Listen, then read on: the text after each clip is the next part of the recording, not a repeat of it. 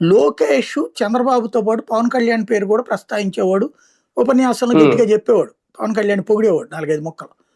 కానీ పవన్ కళ్యాణ్ చంద్రబాబు పేరు ప్రస్తావించేవాడు తప్పించి లోకేష్ పేరు ప్రస్తావన ఉండేది కాదు మొదట్లో.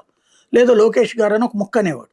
ఇప్పుడు అట్లా కాకుండా లోకేష్ సమర్థత గురించి పొగడ్డం, లోకేష్ అద్భుతమైనటువంటి నాయకుడు అని చెప్తా ఉండటం, ఉపన్యాసాల్లో చెప్తున్నాడు, ట్వీట్లు చేస్తున్నాడు పవన్ కళ్యాణ్.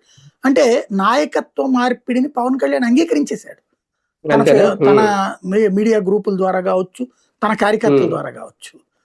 కాబట్టి ఇంకా అసలు కన్ఫ్యూజన్ ఎవరికి ఉంది? బీజేపీకి అసలు ఈ ఇష్యూనే అనవసరం. అది మీ ఇంటి వ్యవహారం మాకేం సంబంధం అంటది అది. కాబట్టి అధికార మార్పిడికి సంబంధించిన అభ్యంతరం ఎవరికి లేదు అక్కడ. కాకపోతే లోకేష్ ఖచ్చితంగా పరీక్ష. ప్రజలు బాబుని చూసిన కంటితో లోకేష్ ని చూడగలుగుతారు. ఇప్పుడు ఒక తేడా ఏంటంటే వీళ్ళిద్దరు తండ్రుల దగ్గర నేర్చుకోవాల్సింది కాంప్రమైజింగ్ కల్చర్.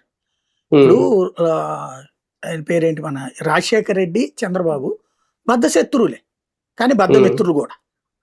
ఒకళ్ళకి ప్రాబ్లం వచ్చినప్పుడు ఇంకొకళ్ళు కాపాడుకొచ్చుకున్నాడు, వెనక్కి తగ్గారు. చంద్రబాబు మీద పెట్టిన కేసులు విత్డ్రా చేసుకోవడంలో రాజశేఖర్ రెడ్డి వెనక్కి తగ్గినట్టే కదా. అట్లాగే రాజశేఖర్ రెడ్డిని ఏది జగన్ నిరికించాలనుకున్నటువంటి చంద్రబాబు వెనక్కి తగ్గడం అన్నటువంటి సహకరించడమే కదా. అట్లాగే బాలకృష్ణ మీద కేసుని రాజశేఖర రెడ్డి హయాంలో ఇబ్బంది పెట్టకుండా తప్పించడం కాంప్రమైజింగే కదా.